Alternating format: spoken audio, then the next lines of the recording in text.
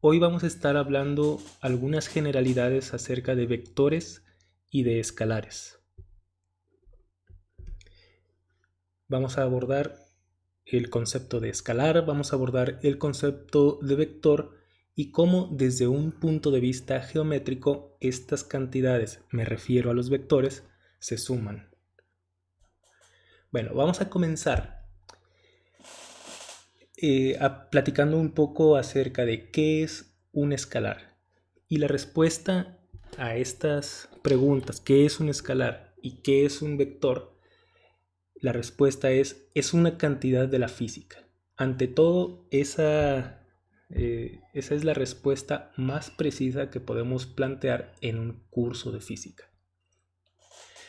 ¿Qué es un escalar? Una cantidad física que para estar totalmente especificada requiere únicamente de magnitud y de su unidad de medida. Por ejemplo, si estamos hablando de tiempo, para especificarlo únicamente necesitamos su magnitud, por ejemplo, un segundo. La unidad de medidas en el sistema internacional es el segundo. La masa, por ejemplo, 2 kilogramos. La carga eléctrica 5 coulombs, la temperatura 290 Kelvin.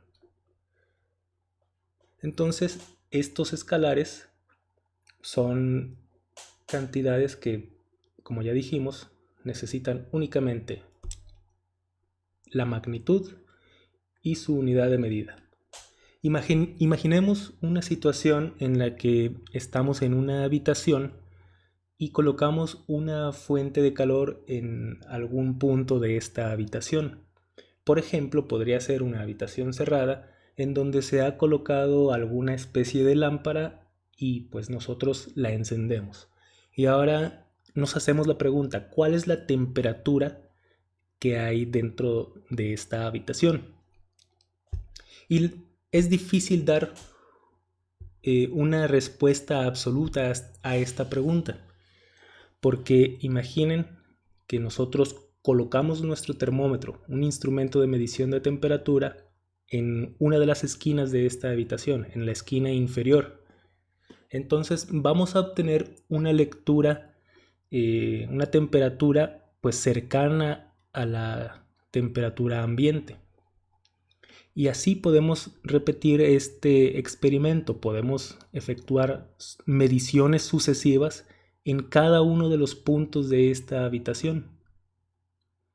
Podemos completar un primer nivel y una vez completado el primer nivel podemos proseguir con un segundo nivel y así sucesivamente hasta tomar las lecturas de la temperatura en todos los puntos de esta habitación. Evidentemente, si nuestro objeto que emite radiación está colocado aquí, pues la temperatura, de acuerdo a este indicador, va a ser más alta en la cercanía de esta lámpara. Entonces, ¿qué es un campo escalar? Pues bien, un campo escalar es una zona del espacio en la cual existe un conjunto de escalares. En este ejemplo en particular tenemos el campo de temperaturas dentro de una habitación. Y gráficamente lo podemos visualizar así, como una gráfica en donde los puntos que tienden que son amarillentos tendiendo hacia el blanco son los más calientes. Por otra parte, ¿qué cosa es un vector? Un vector, de acuerdo a muchos lugares en donde ustedes pueden consultar, es una cantidad de la física que para estar totalmente especificada debe tener magnitud, dirección y sentido. En ocasiones anteriores, cuando yo he dado la clase de Física 3, he hecho esta pregunta hacia los estudiantes para conocer, para saber cuáles son sus conocimientos previos. Les hago la pregunta, ¿qué cosa es un vector? Y en algunas ocasiones me responden cosas como es una fuerza, es un movimiento.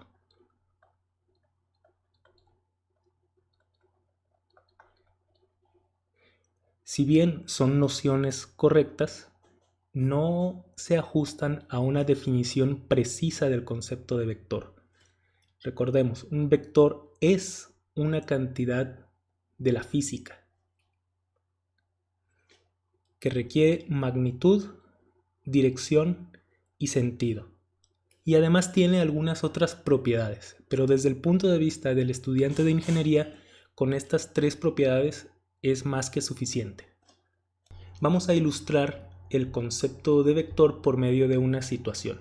Imaginen ustedes que quedan de acuerdo en reunirse con un amigo justo aquí, en la intersección de la avenida Morelos y la calle Galeana.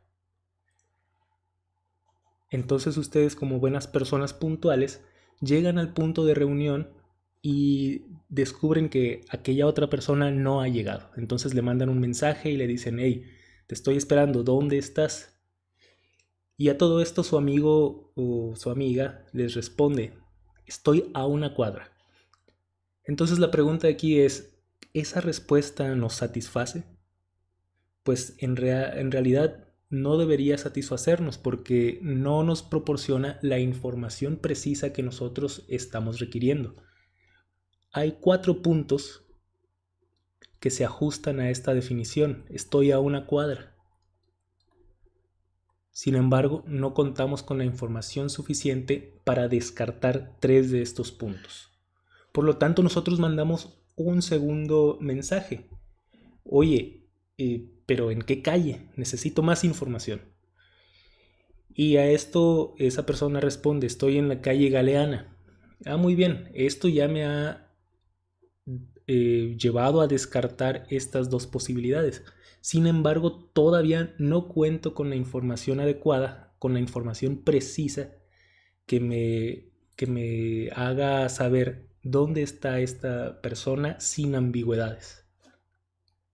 Entonces mandamos un tercer mensaje: oye, pero ¿en dónde? ¿Hacia el norte o hacia el sur? Y ya nos dicen: ah, mira, estoy en el norte. Ah, perfecto. Entonces ya sabemos con toda precisión que esta persona está ubicada ahí, en este lugar que he encerrado en rojo.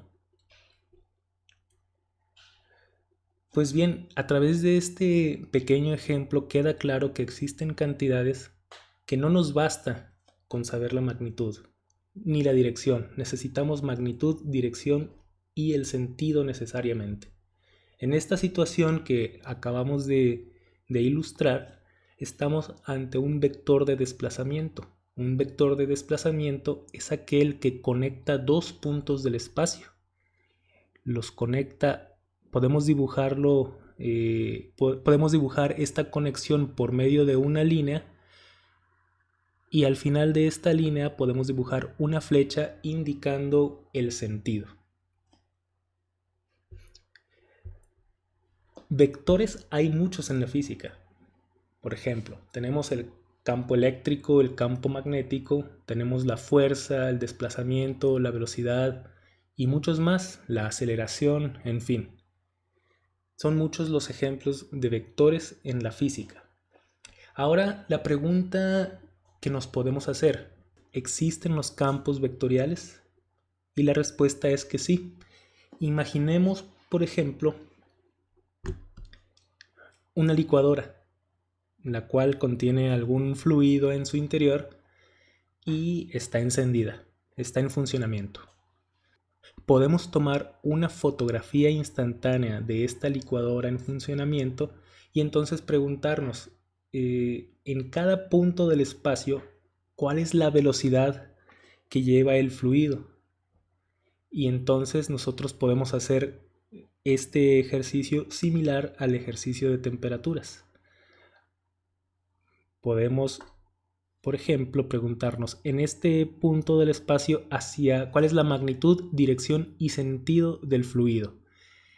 En esta zona del espacio, cuál es la magnitud, dirección y sentido del fluido. Y así hasta cubrir toda el área, todo el volumen, perdón. Una vez que contamos con todo el conjunto de vectores que viven dentro de ese volumen, es que podemos decir, estamos ante un campo vectorial. ¿Y por qué es importante tener en mente este concepto de campo vectorial? Porque cantidades como el campo eléctrico y campo magnético están descritos a través de este concepto. En realidad, si tenemos, por ejemplo, un alambre que transporta cierta corriente eléctrica, a su alrededor habrá un campo de inducción magnética y va a ser todo, en cada punto del espacio va a haber un pequeño vector. Por ejemplo, en este punto del espacio va a haber un vector así, en este un vector de esta otra forma y así sucesivamente. Entonces debemos tener en claro que existen campos escalares, campos vectoriales y poco a poco vamos a ir desarrollando las técnicas matemáticas para hacer operaciones dentro de estos campos vectoriales y escalares.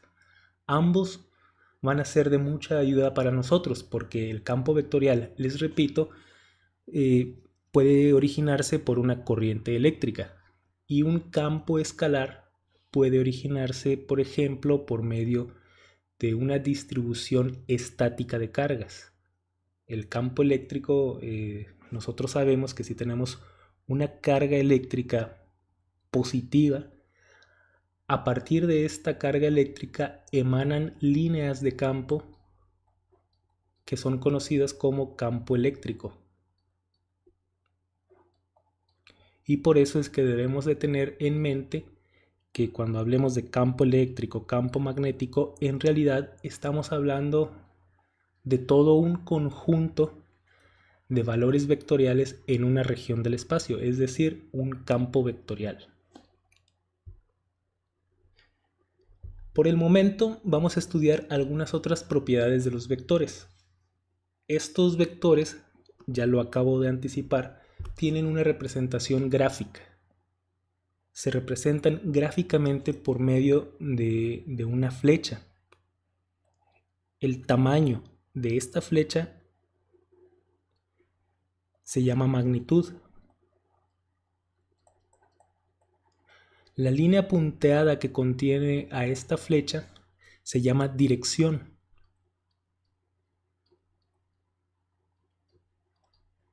Y el sentido está totalmente determinado por la punta de esta flecha.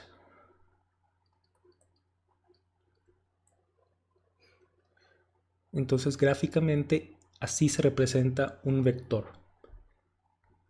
Una propiedad muy importante de los vectores es la propiedad de transporte paralelo sobre una superficie plana. Imaginemos que tenemos un vector que vive en un espacio bidimensional. Vamos a tomar este vector y lo vamos a transportar perfectamente, de una manera perfectamente paralela sobre el eje horizontal. Ahora vamos a transportarlo de la misma forma, paralelamente sobre esta línea vertical. Y repetimos el procedimiento nuevamente sobre la línea horizontal, pero en sentido opuesto. Lo estamos transportando de forma paralela. Y finalmente regresamos al punto de partida. Y observemos que el vector inicial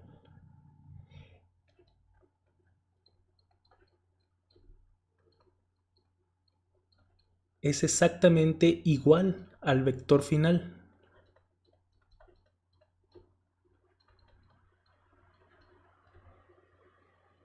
Y esto se debe, les repito, es súper importante a que el vector sea transportado de forma paralela o en una geometría plana. Ahora surge la pregunta, ¿esto va a ser cierto si yo tengo otras geometrías? Pues vamos a intentar averiguarlo. Aquí consideremos un segmento de esfera. En esta esfera tenemos este par de líneas que si nosotros estamos viviendo sobre la esfera como sobre el planeta Tierra, percibimos localmente esas líneas como líneas rectas. Pero si tenemos la perspectiva global, en realidad descubrimos que estamos en una superficie que tiene cierta curvatura. Bueno, ahora vamos a intentar transportar paralelamente el vector que está aquí y lo vamos a transportar de forma paralela sobre la primera de las superficies de esta especie de triángulo que se forma. Posteriormente, yo repito este procedimiento y ahora lo transporto de forma paralela sobre esta línea verde.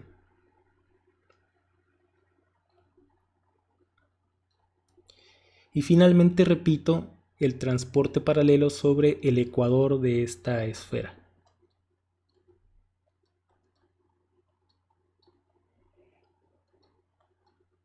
Y la pregunta es, después del transporte, ¿el vector inicial es igual al vector final? Y la respuesta es no, no lo es, porque precisamente estamos intentando hacer un transporte paralelo en una superficie que presenta curvatura. Entonces, el vector inicial tiene un ángulo respecto al vector final. Ahora, esta propiedad de transporte paralelo es muy importante a la hora de definir operaciones como la suma y la resta de vectores. Consideremos dos vectores, el vector A y nuestro vector B. Y vamos a calcular la suma A más B. Y observemos desde ya que todas las cantidades que sean vectores deben escribirse con una flecha encima. Muy bien, tenemos nuestro vector B y vamos a calcular la suma A más B. Por lo tanto, yo lo que voy a hacer es hacer un transporte paralelo en este vector B. Voy a tomar este vector, que es el vector B, y primero lo voy a transportar de forma paralela en la dirección vertical. Ya lo llevo hasta este punto. A continuación lo transporto de forma paralela en la dirección horizontal. Y recordamos, el transporte paralelo no afecta a un vector. Da lo mismo que lo tengamos posicionado aquí en el origen o que lo tengamos posicionado en esta otra esquina del rectángulo. Pues bien, el vector suma se define como aquel vector que nace desde el origen y llega hasta la punta del vector B. Este vector es el vector suma. Y en todo esto, el vector que ha sufrido el transporte paralelo es el vector B, el vector que aparece a nuestra derecha, a la derecha de la operación. Ahora vamos a platicar acerca de la resta de vectores. El procedimiento es bastante similar. Tomamos nuestro vector A y le vamos a restar nuestro vector B. Y lo que vamos a calcular va a ser A menos B. ¿Qué es lo que vamos a hacer? El vector B es el que tiene asociado este signo negativo. Por lo tanto, lo que voy a hacer es aplicar una rotación al vector. Le voy a dar una rotación aquí de 180 grados. Únicamente lo voy a invertir. Y ahora sí, yo voy a aplicar el transporte paralelo. Lo voy a transportar de forma paralela al eje horizontal y finalmente lo voy a transportar de forma paralela al eje vertical. Y entonces el vector resta es aquel vector que nace en el origen y llega hasta la punta del vector A que ha sufrido el transporte paralelo. Esa es la resta de vectores desde un punto de vista geométrico. El vector resta, que vamos a ponerle aquí como vector C, pues también es un vector. La suma de dos vectores me da otro vector. La resta de dos vectores me da otro vector. Y dado que es un vector, también podemos trasladarlo de forma paralela. Primero, yo puedo trasladarlo de forma paralela en la dirección vertical. Y ahora yo voy a trasladarlo de forma paralela en la dirección horizontal. Y fíjense cómo queda dibujado. Queda dibujado así.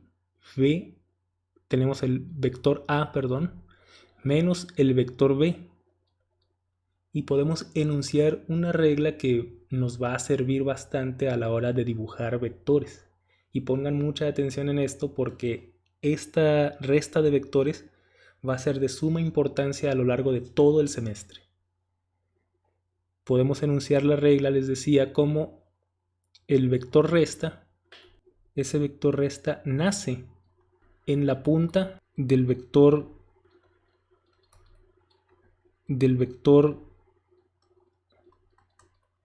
que tiene el signo negativo y va hasta la punta del vector que tiene el signo positivo.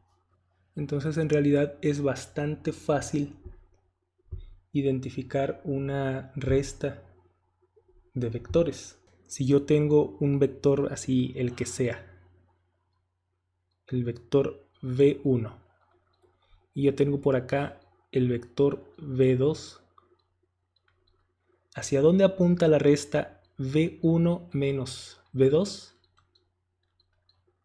Bueno, nosotros sabemos que el vector resta nace en la punta del vector que trae el signo negativo. Es decir, nace aquí. Y va... Bueno, esto debería ser una línea recta. Y va hasta la punta del vector que tiene el signo positivo. Por otra parte, si nosotros deseamos calcular la resta V2 menos V1, ¿qué es lo que tenemos que hacer? Pues considerar al vector que tiene el signo negativo y ahí va a nacer el vector V2 menos V1 y se va a ir hasta el vector V2. Es una regla que ustedes deberían tener muy clara.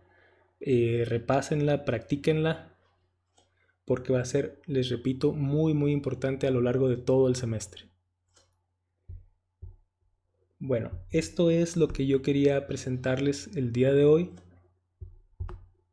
Recuerden, hoy estudiamos las cantidades escalares. Estas requieren únicamente la magnitud. Por otra parte, existen cantidades vectoriales que requieren magnitud, dirección y sentido.